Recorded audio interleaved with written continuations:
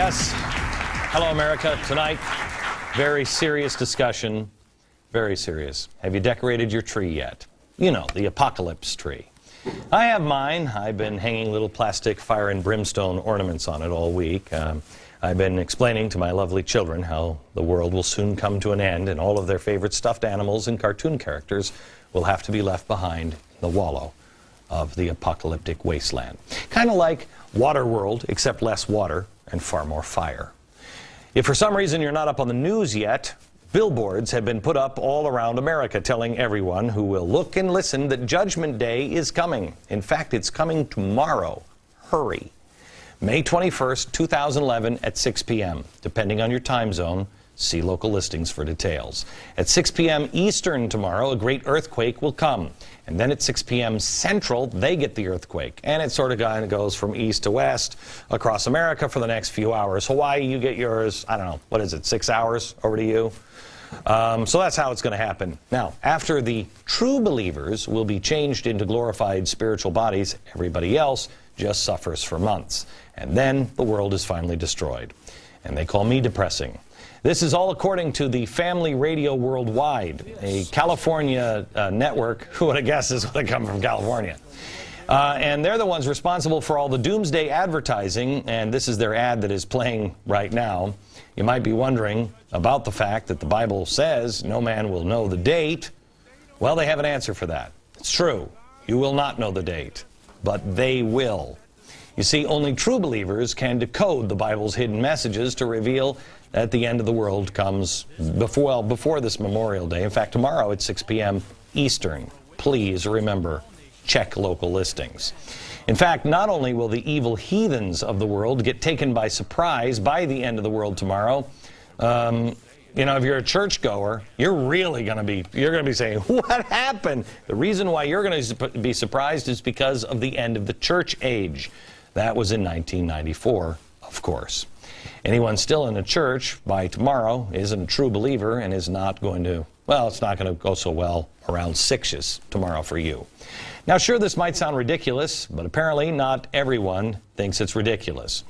In fact, one retired MTA worker, I'm wondering, when you finish the sentence, you'll wonder too, he just spent $140,000 on an ad campaign in the subway. Yes, are you wondering, he's an MTA worker.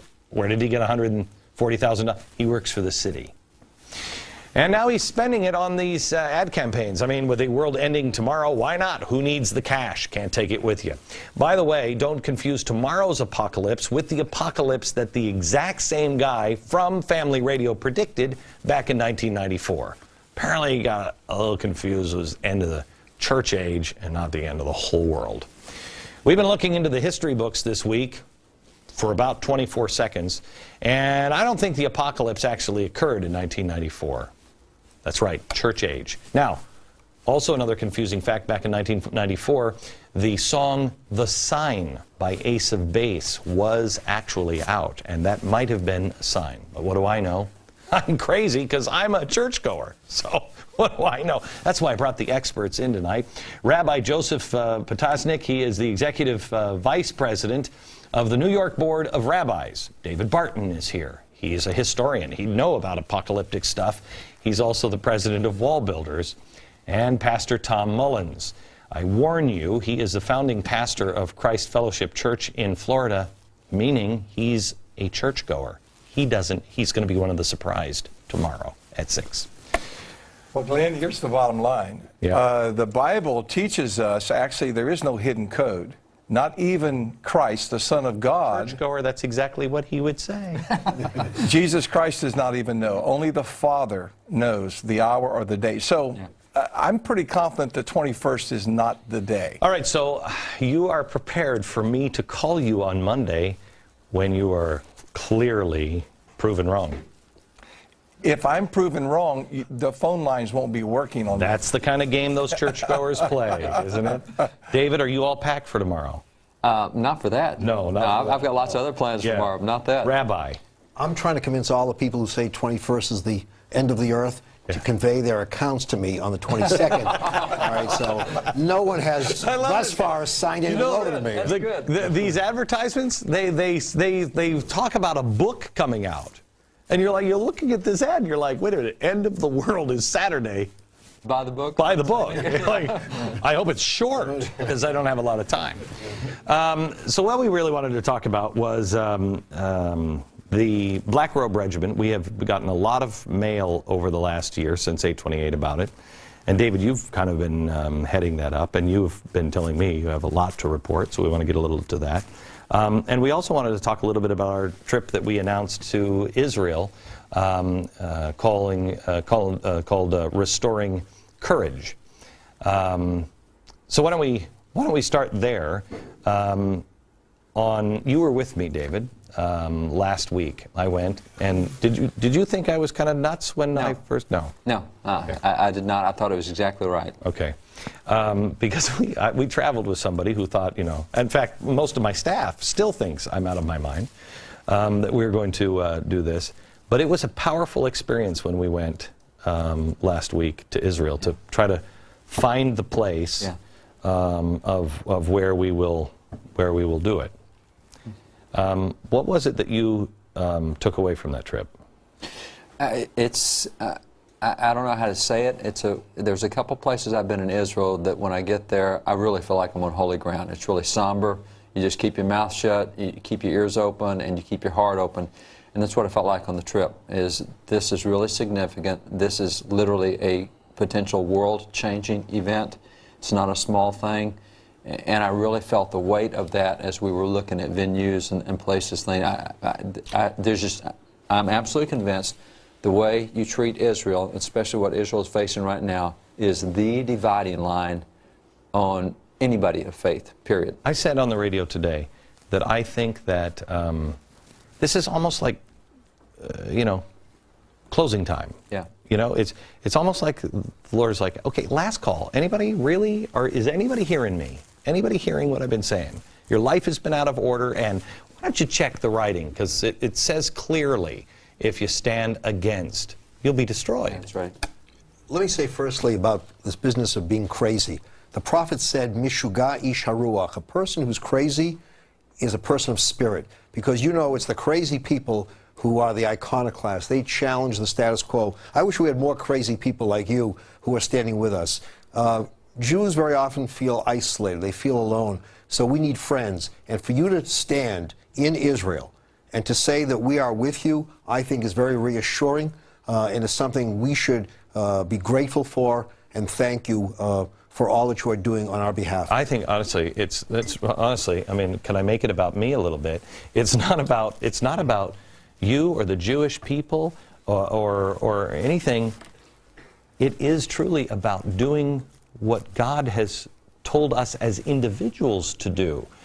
He's saying that there is a time that will come and you have to stand. If more people would have stood in Germany, we wouldn't have had this problem. Exactly. I mean, think of how the world would be different if they would have stood up with Bonhoeffer at that time. Glenn, and I think the church has really captured the true heart of the covenant with Abraham, and that covenant blessing that all those who bless Israel, they too are truly blessed. And we're recognizing our great heritage that came out of Israel. I mean, every word of God that's been written was written by a Jewish person, a Jewish follower of God that was inspired by God. The only exception we have in our New Testament is Luke, and who really he converted his heart over to the heartbeat and traditions of Judaism, and embracing, of course, Yeshua, Jesus, as his Messiah. We have this great gift, and we also have this great covenant. And we are to honor God's word, because God's word is never ending. So when that covenant was given in Genesis chapter 12, verse 3, that covenant is still real today for us in 2011, and will be. And I just want to say this, Rabbi, when you mentioned that many times you feel isolated and alone, I want you to know that the Christian church is standing with you. And I know the evangelical world believes and stands with Israel. Because what is it, the United Methodist Church? has come out this week and said they're not standing with Now, Israel. there's several groups that won't, but the more biblical groups will stand. And those that have denied biblical tradition, biblical Christianity, biblical anything, will not be there. And that's simple. Of course, I would also like to see people who are not religious stand with us out of a sense of justice. There are people who are secular say it's the right thing to do. Fairness is being with you. Looking at history, we should stand with you because of the wrongs committed against you. See, I have to tell you, I think that there are so many reasons to do it. I think there is one, it is what all of us are commanded to do.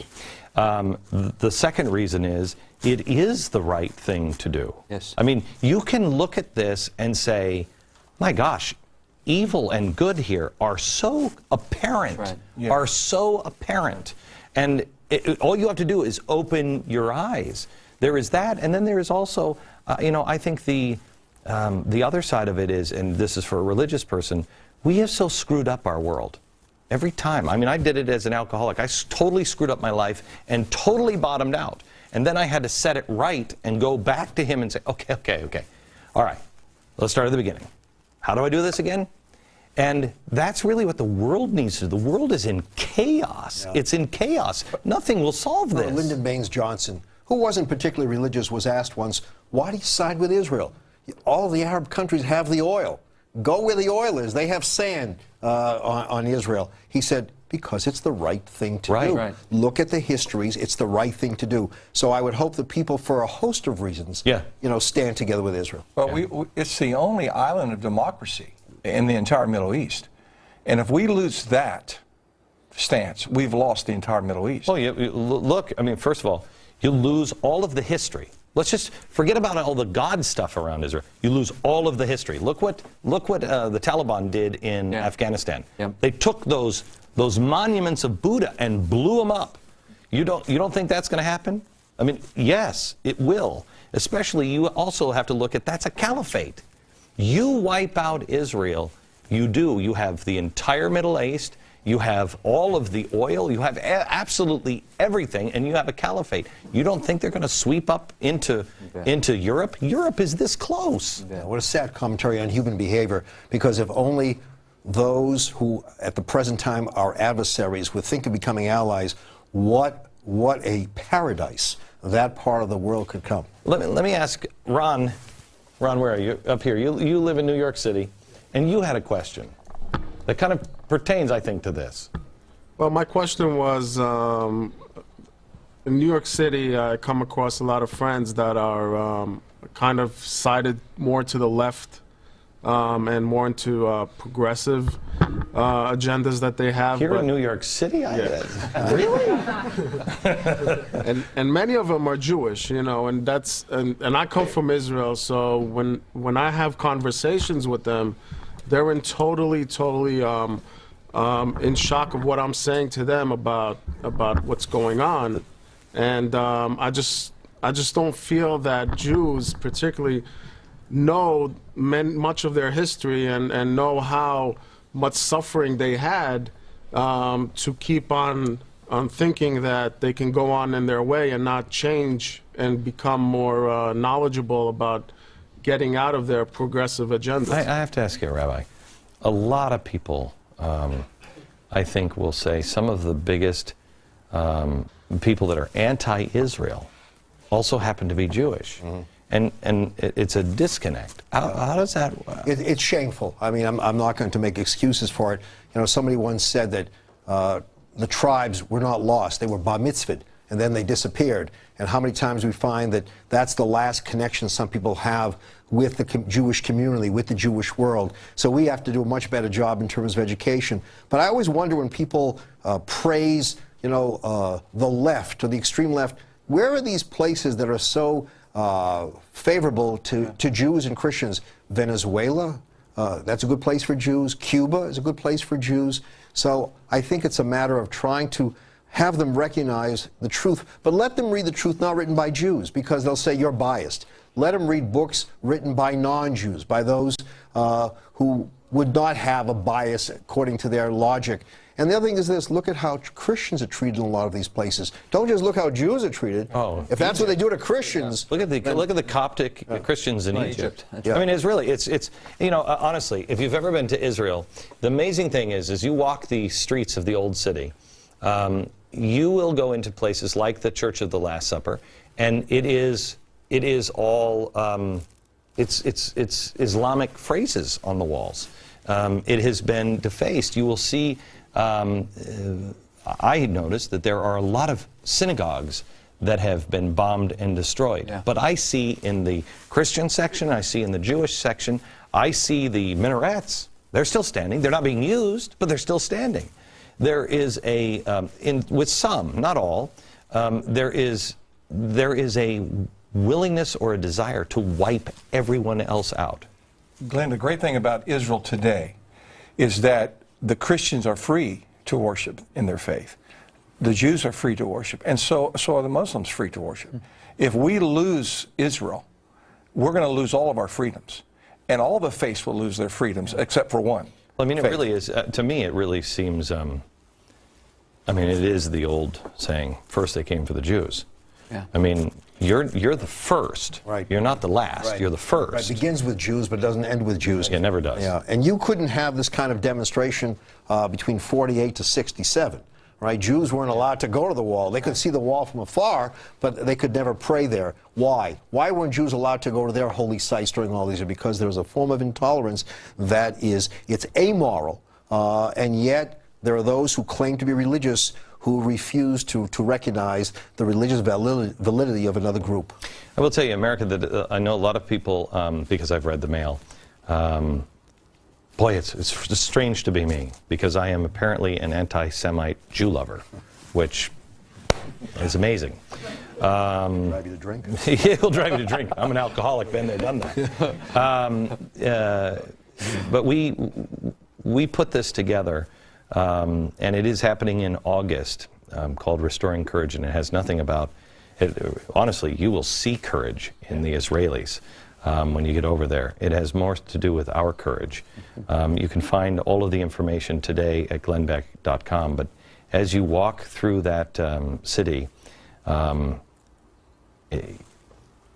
you will feel a power unlike anything I've ever felt before. And then let it sink in that if the lines go back to 1967 and Jerusalem is divided, the entire holy city, the entire old city is lost to the world. That is a powerful, powerful loss. When we come back, Rabbi Shlomo Riskin, he is a man that I spent time with in Jerusalem last week. He'll join us for a few minutes. Back in a minute. Rabbi Shlomo Riskin. He is the Chancellor of Or Torah Stone and Chief Rabbi of the city of Efrat. Rabbi Joseph Potasnik, he is the Executive Vice President, New York Board of Rabbis, and David Barton is here. He is the founder and president of Wall Builders, and Pastor Tom Mullins. He is the founding pastor of Christ Fellowship Church in Florida. Rabbi, how are you? Great. I saw you last week in Jerusalem. Much better place. In Jerusalem or New York? Jerusalem. Yeah, I was going to say, you say New York, you're a liar. We spoke, and last week when I came to Jerusalem, I spoke to a lot of people, and everybody here was telling me, this is crazy, don't do it. You said, basically, people have got to stand together, and they've got to come together. Why? This is the second chance for the world. Between 1939 and 1945, the Jews stood alone. And when there's a madman who stands against the Jews, it starts with the Jews and it ends up with the entire free world. We saw it with the Nazis. We saw it with Stalin as well. This is the second chance. Israel's on the line now. I saw what the leader of Hamas said this week, where he was saying the Jews are worse than vermin. They are they're worse than any bacteria. And I thought, boy, this is Goebbels again. This is Mein Kampf, a page out of Mein Kampf. What I found what's interesting is they're very clear as to what they mean. we don't want to think that they mean that because we try to camouflage, we try to cover up and say, they're really not saying that. Hitler was very clear, Hamas is very clear, Hezbollah is very clear. I think we're still in the warm-up of what's coming.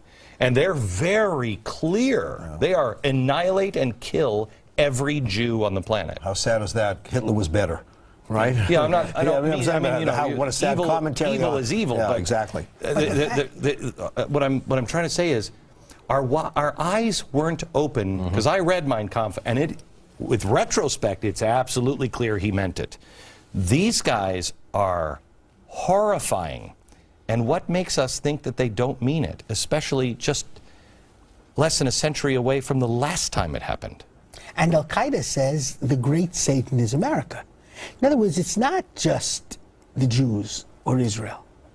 It's America. It's the free world. What you said is it's a second chance for the world. And I think that's significant because it's not about Israel. Israel's about the world. And I really think Israel's a litmus test for everybody. It is. If you get that wrong, if you're wrong on the Jews, if you're wrong on Israel, everything else is wrong. And that is a chance for the world to stand right. So what does this mean? Because I've gotten a lot of mail this week after we announced it. Some of it is good. Some of it is profoundly evil. And some of it that's just kind of bad. Just says, great, this is what Israel needs. A whole bunch of Americans and people from all around the world coming while they're in a crisis. What does this mean to people in Israel?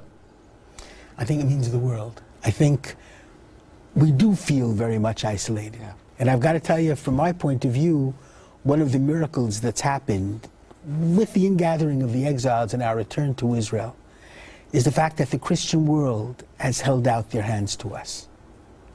And there are times during the past intifadas when nobody was coming to visit us, certainly not to visit me in the territories, in the settlements. But the Christians came, and it meant a great, great deal. And I find that hate mongers have no problems forming coalitions. Hate mongers find each other. They can have different views on other things. When it comes to hating Jews, hating Christians, they are together. Where are we going to have the opponents to hate mongers? That's why this kind of demonstration is a manifestation of goodness over evil. When I was at the wall last week, they were celebrating their independence, and I thought, I've never felt the kind of joy that the Jews who were celebrating felt about their independence, because they lost their state. We haven't lost ours. So I've never experienced that joy. And a man came up to me, and he recognized me, and he turned around and he came up to me and he shook my hand, and he said, "Thank you for saying what you say." He said, "We feel very alone here." And I had sensed that, and it was such a powerful statement.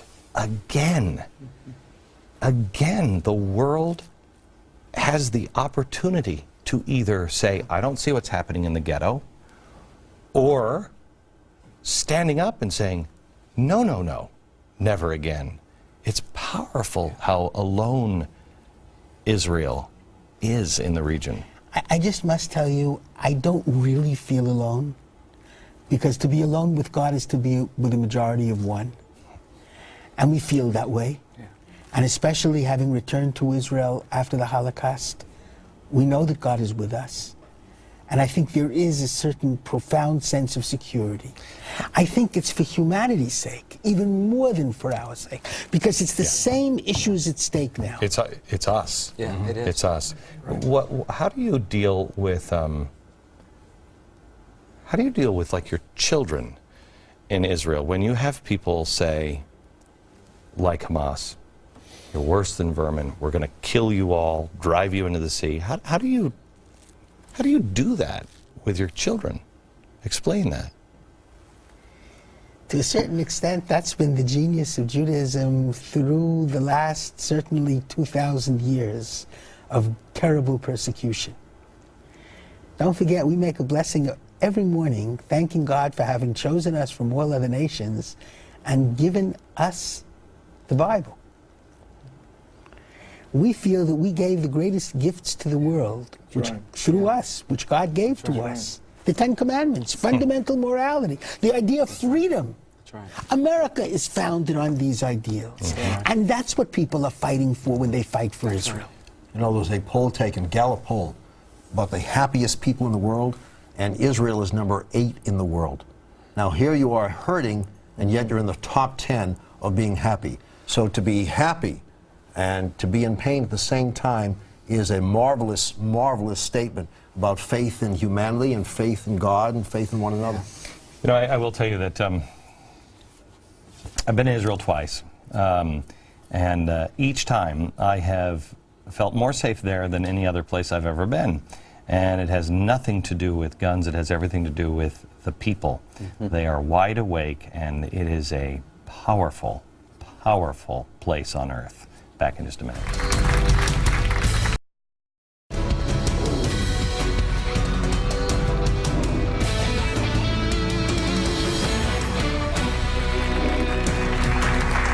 We're back with Rabbi Joseph Potosnik and David Barton, and Pastor Tom Mullins is with us now.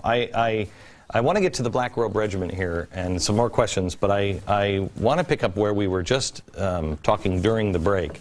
And that was, I can see why there are a lot of people that are Jewish that do not trust Christians. I mean, there's a lot of Christians I don't trust as a Christian. But you know, the past, when I was over, over at the western wall of the temple, and you go underneath, and you see some of the things. There is one giant doorway, the closest you can get to the Holy of Holies. You know this story, David? You want to tell the story? No, you get it. It is where the Jews went after the Romans came in, or the Crusaders came in, and said, we have a place to pray, and it's the closest to the Holy of Holies. And very sacred thing. Well, they were walled in by the Crusaders, and the last thing they saw was a torch being thrown in to burn them all alive, and the cross, as they were walled up. Now, when in 1967 happened, and the Jews could come back in, they tried to take that wall down to recover the bodies. They found a few bodies that were all charred and exactly what they expected to find. But then the Muslims went crazy and said, you're trying to dig under the Temple Mount, and so they had to wall it back up. It's a wildly profound place to see. So, I mean, I understand people saying, what's your motivation here? Yeah, but when's the last time there was a forced conversion? I mean, I think, you know, after hundreds and hundreds of years and expressions of support, I think we recognize that we have some real friends here. So the hidden agenda theory that I hear periodically, for me, doesn't carry any weight. I look at what people do, and the amount of support we get from the evangelical community, from Christians who are there for us. It is tremendous. It is tremendous. The other thing you have to remember is during that period, they just as quickly killed Christians, too. Oh, yeah. I mean, you had the Inquisition going at the same times. It was just atrocious behavior. You know, the thing that David and I talked about, because my faith is kind of the outcast in the Christian world. And I said to somebody who met me, a very good Christian, and he said it with compassion, but I've heard it the other way, too. You know, Glenn, gosh, you're just doing some amazing things, and I know you're following the Spirit, but I think you're on the wrong side. And because my church is not accepted by others, when are we going to get to a point to where we look at people's fruits and we can say, by the fruits ye shall know them? Because I know a lot of Jews that are, by their fruits, are great and really wicked. Christians, really wicked, really great. I mean, I know a lot of people who are evangelicals or Catholics or whatever. It's the fruits that make the difference, isn't it? You know, the prophet Samuel, when David was selected to be the king of Israel, and he was the most unlikely one to be selected. But a great line that Samuel declared to us from the inspiration of God is that man looks on the outward appearance of things, but God looks upon the heart. And I think the closer we draw in our faith to God, the more we begin to look beyond the surface and look to the heart of the issues. Right. And we have a common heart and a common bond and a common love for God and love for Israel, which is uniting the evangelical church along with the rabbi and Israel. You know, I find one thing, if you want to measure what's in the heart, Let's see what's in the hands. Let's see what people do. That's There are a lot of people who tell you they love humanity, but they don't visit the person next door. That's right. So it's the mitzvah, it's the do, it's the There do. is, who asked the question was, where's Jeff Rice in New Jersey? Where's Jeff? Jeff, you remember your question? What was your question? Oh, my question was, what was your favorite part of your experience in Israel, and what was your least favorite part? Favorite part was the people of Israel. They are absolutely amazing. Hands down, the memory that I will never forget is a man who walked up to me at the Western Wall, and he said, "Thank you. We feel alone at times." They're such courageous people. The worst, the least favorite was meeting with people of all faiths, and a few people came in, and it was about them. And I thought, how can you possibly make this about you? How can you possibly... They would say, I know what time it is. I know what's coming. You're right. You're right. Now listen, you know, you probably want to have a little something, you know, with me. And I'm like, you got to be kidding. I couldn't believe it. The people who say, I love you, I am compassionate, or I want to do this, and then let's see what's in their hands. It's so frustrating. So frustrating. Can I add one to that, too? But that happens everywhere. When we were there, I think one of the things that got me very significantly was we were there for their Memorial Day, followed by their Independence Day. Amazing. And unlike America, in Genesis it says that God made things and it was the evening and the morning. So their holidays start at sundown and go through. So when we went there to the Western Wall, under the Western Wall, or in the tunnels, when we went in, it was still before sunlight, and therefore it was still Memorial Day. We came out. The flame was burning. We came out, and it was after sundown, and so it was now Independence Day. And you go from a somber thing to celebrating and dancing and cheering and singing there at the Western Wall. But on Memorial Day, when we were going down the road, the sirens blow, and everybody in the nation stops for like 2 minutes. If you're in the middle of a 4-lane interstate, you all stop and get out in 2 minutes of silence to recognize those who have fallen in defense. And also, I have to tell you, it does prove how stupid I am, because it was on Independence Day, and you know, here in America, July 4th, we're all out cooking with a barbecue, and everybody was in the parks cooking, and I'm like, wow, look, even here, everybody's having hot dogs, and everybody went, no, they're not having hot dogs. Back in just a minute.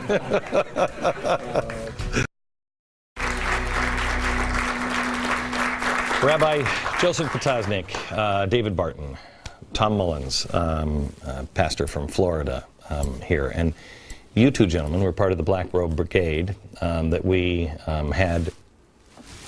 announced on 8/28, standing behind. And David, you guys have been working quietly for quite some time. Bring us up to speed on what's happening. What we have now is a website, and by the way, Black Robe Regiment, for those who don't know, it's what the British called the clergy in the American Revolution. British said if it hadn't been for the preachers, America would still be a happy British colony. So they imprisoned preachers, they killed preachers. When they came to New York City, 19 churches, they burned 10 to the ground. They blamed everything on the preachers. So they were bold, courageous guys who led the military, who wrote state constitutions, who ratified the U.S. Constitution, who served in Congress. And we just don't have that backbone anymore. So we want preachers to get that backbone, be leaders in education, leaders in politics, leaders in all these things, get their voice back. And so there's a website now, blackroberegiment.wallbuilders.com, that has a ton of those old sermons that the British complained about are up there. There's a ton of information legally on what can be done today, and it's more than you think can be done. There's a lot of information with videos and everything else to equip these guys to get their courage back and to be the force in shaping America that they had been 200 years ago. And Glenn, we're rallying pastors to not only log on to this page and become a part, but there's a pledge that they can actually take and sign up to become a part of the Black Robe Regiment today. And I'm seeing a fresh movement starting in our nation. I mean, we're waking up to the challenge and to the call. And there are meetings that are breaking loose around the country now of pastors coming together. Tell me the difference from a year ago. What was it like a year ago to now? I think there's a greater sense of awareness, and I think there's also a call for a greater sense of unity, and we realize that we've got to unify together to really get back to the foundations of this great nation. Okay, hang on. Does that mean unify in the way that was spoken about by our founders with Father Abraham. Unified, we disagree on theology, Yes. but we come together on... Yes. We've got a culture to save, we've got a country to save, we have freedoms to save, and we have churches, and that's where we'll discuss theology. But when we're saving a country or saving a culture, that's a different thing, and there's all sorts of cooperation. I think it's interesting. I think you're wanting clergy to behave as prophets, to use that prophetic voice, That's right. to speak out against sometimes unpopular things, but have the courage to speak out and address them. How do you do that in many of our churches where you depend on the money? What you're finding is the churches that have regained their voice are the ones statistically that are growing the fastest. The ones that are weak-kneed and weak-spined are having trouble. Statistically, right now, in any given month, 60% will be in church, but 67% of people think the church is irrelevant today. Okay, back in just a second. With our final minutes, we're talking about the Black Robe Regiment, and we have Moss with a question. Go ahead, Moss. Faith seems to be more frequently absent from the younger generations. How do you foresee the Black Robe Regiment becoming a part of your new youth initiative? You're asking this of me? You will find out very soon. I am putting together something that, one of the reasons why I'm leaving Fox is to target the youth, to make sure that we go for the youth. I think we've made our point here, and Fox does a great job of keeping people informed. I've got to go find a way to go to the youth, and David and I have discussed some different things that we will be doing in a new initiative that we will talk. But how does a pastor come out?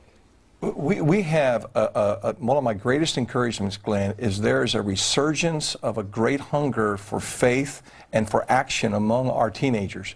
And our teenagers are just growing by leaps and bounds. Thousands of kids coming each week and mobilizing to engage their lives to make a difference. They want to rally around the truth, and they want to rally around a cause of justice. There's nothing nothing makes you more miserable than stuff.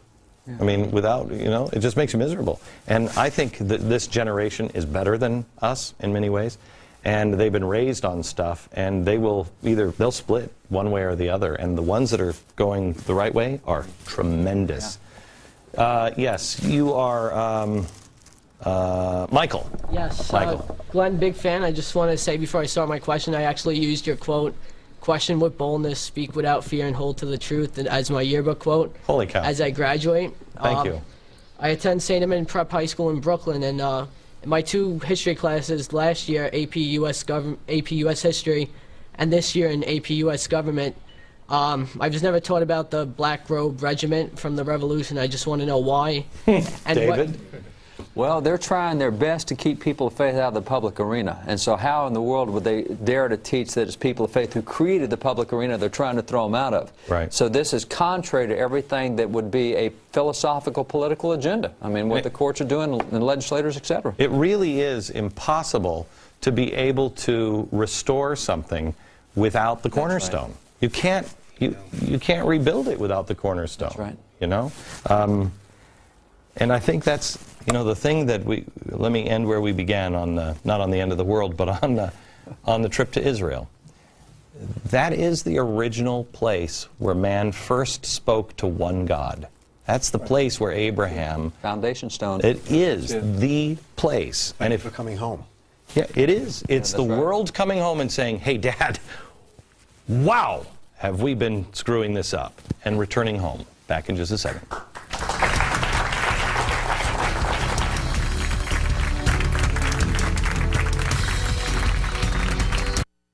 For more information on how you can get involved in the Black Robe Regiment, follow the website at the bottom of the screen, and go to glennbeck.com if you would like to stand for Israel, restore courage in your own life, whether electronically, personally as a group, or in Israel. No matter where you are in the world, go to glennbeck.com. From New York, good night, America.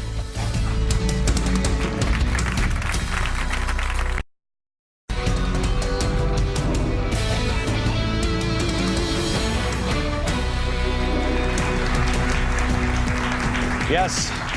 Hello, America. Tonight, very serious discussion. Very serious. Have you decorated your tree yet? The apocalypse tree. I have mine. I've been hanging little plastic fire and brimstone ornaments on it all week. I've been explaining to my lovely children how the world will soon come to an end and all of their favorite stuffed animals and cartoon characters will have to be left behind in the wallow of the apocalyptic wasteland. Kind of like Waterworld, except less water and far more fire. If for some reason you're not up on the news yet, billboards have been put up all around America telling everyone who will look and listen that Judgment Day is coming. In fact, it's coming tomorrow. Hurry. May 21st, 2011 at 6 p.m. Depending on your time zone, see local listings for details. At 6 p.m. Eastern tomorrow, a great earthquake. Pastor of Christ Fellowship Church in Florida, meaning he's a churchgoer. He's going to be one of the surprised tomorrow at 6. Well, Glenn, here's the bottom line. Yeah. The Bible teaches us, actually, there is no hidden code. Not even Christ, the Son of God. Churchgoer, that's exactly what he would say. Jesus Christ does not even know. Only the Father knows the hour or the day. So I'm pretty confident the 21st is not the day. All right, so you are prepared for me to call you on Monday when you are clearly proven wrong. If I'm proven wrong, the phone lines won't be working on that. That's the kind of game those churchgoers play, isn't it? David, are you all packed for tomorrow? Not for that. No, I've got lots of other plans for tomorrow, not that. Rabbi. I'm trying to convince all the people who say 21st is the end of the earth to convey their accounts to me on the 22nd. All right, so no one has cash, can't take it with you. By the way, don't confuse tomorrow's apocalypse with the apocalypse that the exact same guy from Family Radio predicted back in 1994. Apparently he got a little confused. It was the end of the church age and not the end of the whole world. We've been looking into the history books this week for about 24 seconds, and I don't think the apocalypse actually occurred in 1994. That's right, church age. Now, also another confusing fact, back in 1994, the song The Sign by Ace of Base was actually out, and that might have been a sign. But what do I know? I'm crazy because I'm a churchgoer, so what do I know? That's why I brought the experts in tonight. Rabbi Joseph Potasnik, he is the executive vice president of the New York Board of Rabbis. David Barton is here. He is a historian. He'd know about apocalyptic stuff. He's also the president of Wall Builders. And Pastor Tom Mullins. I warn you, he is the founding earthquake will come. And then at 6 p.m. Central, they get the earthquake. And it sort of kind of goes from east to west across America for the next few hours. Hawaii, you get yours, I don't know, what is it, 6 hours over to you? So that's how it's going to happen. Now, after the true believers will be changed into glorified spiritual bodies, everybody else just suffers for months. And then the world is finally destroyed. And they call me depressing. This is all according to the Family Radio Worldwide, a California network. Who would have guessed this would have come from California? And they're the ones responsible for all the doomsday advertising, and this is their ad that is playing right now. You might be wondering about the fact that the Bible says no man will know the date. Well, they have an answer for that. It's true. You will not know the date, but they will. You see, only true believers can decode the Bible's hidden messages to reveal that the end of the world comes before this Memorial Day. In fact, tomorrow at 6 p.m. Eastern. Please remember, check local listings. In fact, not only will the evil heathens of the world get taken by surprise by the end of the world tomorrow, you know, if you're a churchgoer, you're really going to be saying, what happened? The reason why you're going to be surprised is because of the end of the church age. That was in 1994, of course. Anyone still in a church by tomorrow isn't a true believer and is not going to, well, it's not going to go so well around 6-ish tomorrow for you. Now, sure, this might sound ridiculous, but apparently not everyone thinks it's ridiculous. In fact, one retired MTA worker, I'm wondering, when you finish the sentence, you'll wonder too, he just spent $140,000 on an ad campaign in the subway. Yes, are you wondering, he's an MTA worker. Where did he get $140,000? He works for the city. And now he's spending it on these ad campaigns. I mean, with the world ending tomorrow, why not? Who needs the